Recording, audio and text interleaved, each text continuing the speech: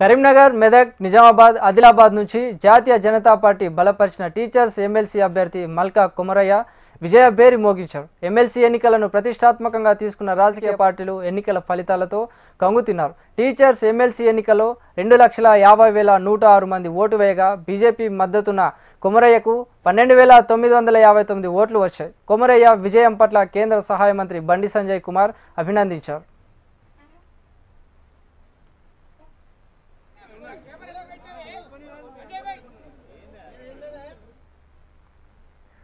విద్యావంతులు, మేధావులు బీజేపీ పట్ల ప్రత్యేక అభిమానాన్ని చాటుకున్నారని బండి సంజయ్ కుమార్ తెలిపారు.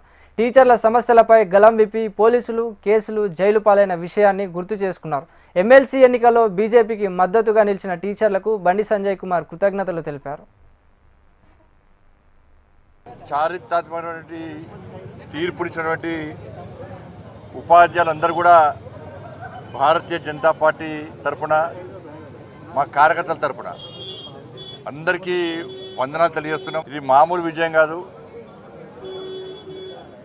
వాళ్ళ మల్కా కొమరయ్య గారు 5,000 పైగా మెజార్టీతో గెలవడం ఒక చరిత్ర సృష్టించింది భారతీయ జనతా పార్టీ. రోజు నరేంద్ర మోడీ గారి మీద మొదటి నుంచి కూడా తెలంగాణ రాష్ట్రంలోని ఉపాధ్యాయులందరూ కూడా ఒక గౌరవం, ఒక అభిమానం, ఒక భరోసా, ఒక నమ్మకం నరేంద్ర మోడీ గారి మీద.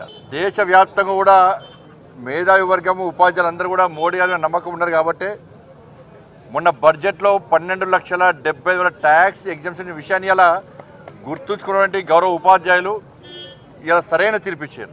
దాంతోపాటు తెలంగాణ రాష్ట్రంలో భారతీయ జనతా పార్టీ ఉపాధ్యాయ ఉద్యోగుల సమస్యల కోసం ఇవాళ మూర్ఖత్వపు 317 జీవో తెచ్చినటువంటి కేసీఆర్ మూర్ఖత్వ పాలన వ్యతిరేకంగా ఆ రోజు ఏవిఎన్ రెడ్డి గారిని గెలిపించారు.